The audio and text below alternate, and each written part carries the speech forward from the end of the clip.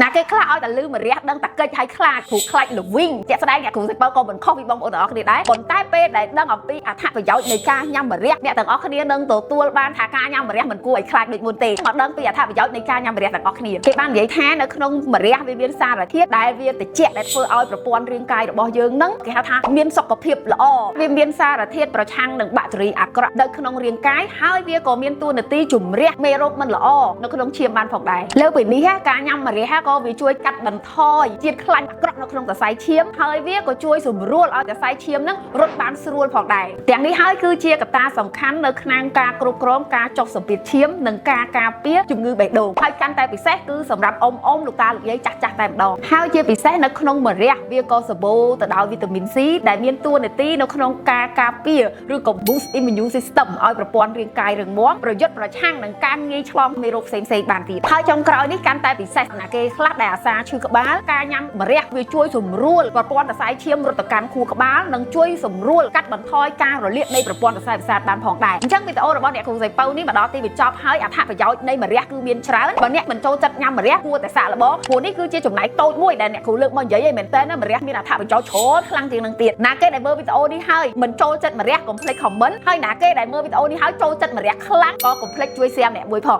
អរគុណច្រើនពីខ្ញុំអ្នកគ្រូសៃប៉ៅចា៎